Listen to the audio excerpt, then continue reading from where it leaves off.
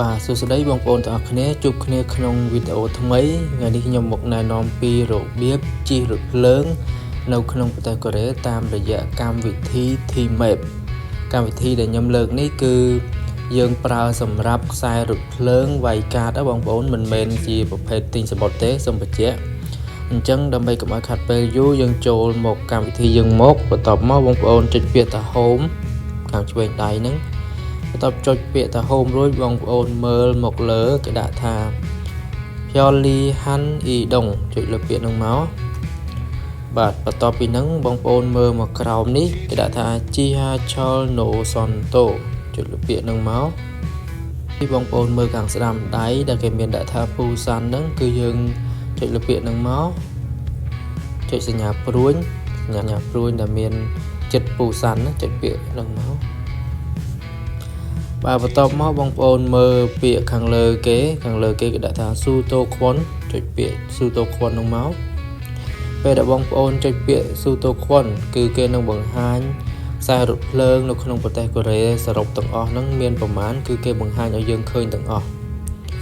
បាទអញ្ចឹងដើម្បីធ្វើការស្វែងរកខ្សែរថភ្លើងដែលយើងត្រូវជិះបងប្អូនមើលមកលើមកគេដាក់ថា Chihachol Komsek ចុចលើពាក្យហ្នឹងមកបន្ទាប់មកបងប្អូនវាយឈ្មោះទីតាំងដែលបងប្អូនត្រូវទៅជិះបាទអញ្ចឹងខ្ញុំធ្វើការឧទាហរណ៍ខ្ញុំដាក់ទីតាំងនៅឆណាន់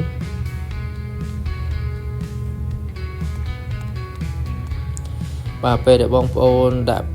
ឈ្មោះទីតាំងកន្លែងដែលបងប្អូនជិះហើយគឺគេនឹងចេញឈ្មោះទីតាំងនឹងឲ្យយើងអញ្ចឹងបងប្អូនមើលឆណាន់ហើយគេដាក់ថាលេខ1អញ្ចឹង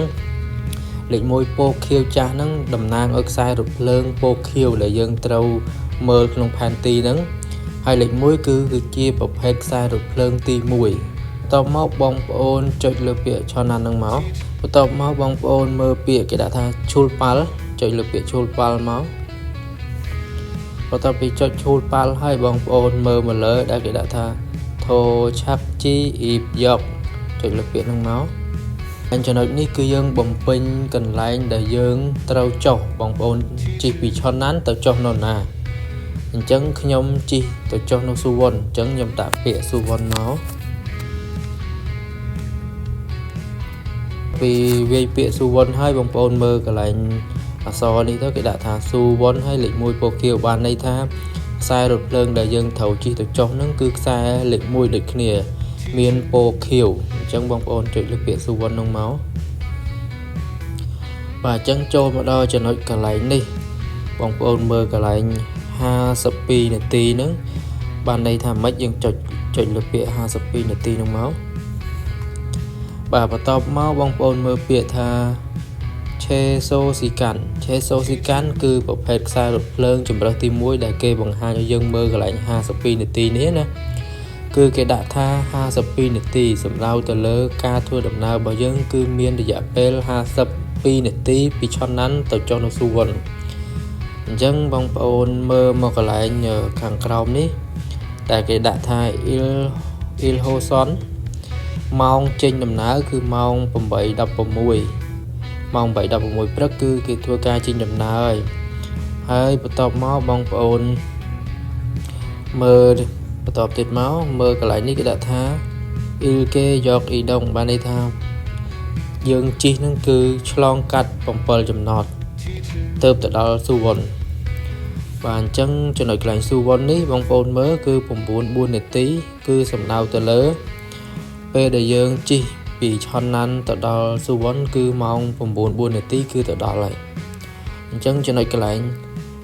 នេរីនឿនមូលយ៉ាងជុកបានន័យថាម៉េចគឺច្រកដែលយើងត្រូវចុះហ្នឹងគឺទាំងសងខាងបងប្អូនចុះខាងណាក៏បានដែរពេលទៅដល់នៅហ្នឹងពេលទៅដល់ស៊ូវុនណាបាទអញ្ចឹងចូលមកដល់ចំណុចហ្នឹងបងប្អូនអាចចុចមើលកន្លែងឆនឆេស៊ីកានភីអូមកចុចលេខហ្នឹងក៏បានដែរបាទអញ្ចឹងចូលមកដល់ចំណុចនេះគឺគេបង្ហាញពីម៉ោងធ្វើដំណើរណាកាលណាគេដាក់ថាខឹបហ្នឹងបានន័យថារថភ្លើងល្បឿនលឿនបងប្អូនអាចមើលម៉ោងដែលគេចេញដំណើរមានម៉ោងខ្លះណាខ្លះបងប្អូនអាចស្គ្រូលមើលបានហើយចំណុចខាងលើសូមរៀបរាប់បញ្យល់បន្តិចរៀងវែងតិចហើយ Pyong Il ហ្នឹងគឺ គេបង្ហាញអំពីថ្ងៃច័ន្ទដល់សុក្រហ្នឹងគឺគេចេញដំណើរមានម៉ោងណាខ្លះហើយបន្ទាប់មកថ្ងៃសៅរ៍គឺគេចេញដំណើរនៅក្នុងម៉ោងណាខ្លះហើយខុងឈូអ៊ីលថ្ងៃឈប់សម្រាកបុណ្យជាតិហ្នឹងគឺគេចេញដំណើរនៅម៉ោងណាខ្លះចឹងបងប្អូនអាចឆែកមើលម៉ោងបានឆែកមើលទៅយើងដឹងថាយើងត្រូវទៅម៉ោងណាយើងអាចមើលតាមកាយភាពនឹងបានណាចឹងឲ្យខាត់ពេលយូរយើងថយមកវិញបាទអញ្ចឹងអ្វីដែលគេបង្ហាញនេះគឺជាជំរើសទី1ហើយក៏គេមានជំរើសទី2ឲ្យយើងដែរជំរើសទី2បងប្អូនមើលមកកាន់ឆេសូហ្វាន់សឹងបងប្អូនចុចលើនឹងមកដើម្បីមើលថាជំរើសទី2តើយើងគួរតែជិះជំរើសទី2ឬក៏យើងជិះជំរើសទី1អញ្ចឹងយើងចូលមកឆេសូហ្វាន់សឹងសិនមកអញ្ចឹងពេលដែលយើងចុចលើពាក្យឆេសូហ្វាន់សឹងលើពាក្យឆេសូហ្វាន់សឹងបងប្អូនមើលជំរើសគេគឺដូចជំរើសទី1ដែរអញ្ចឹងបានន័យថាយើងអត់ចាំបាច់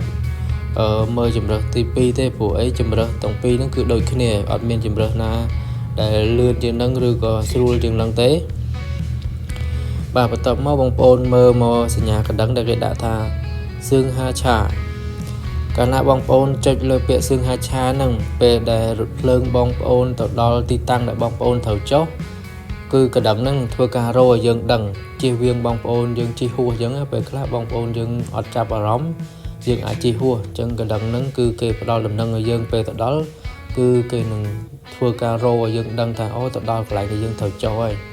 ប៉ុន្តែបើសិនជាបងប្អូនបិទអ៊ីនធឺណិតបងប្អូនអត់អាចដឹងម៉ោងរោកណ្ដឹងហ្នឹងទេ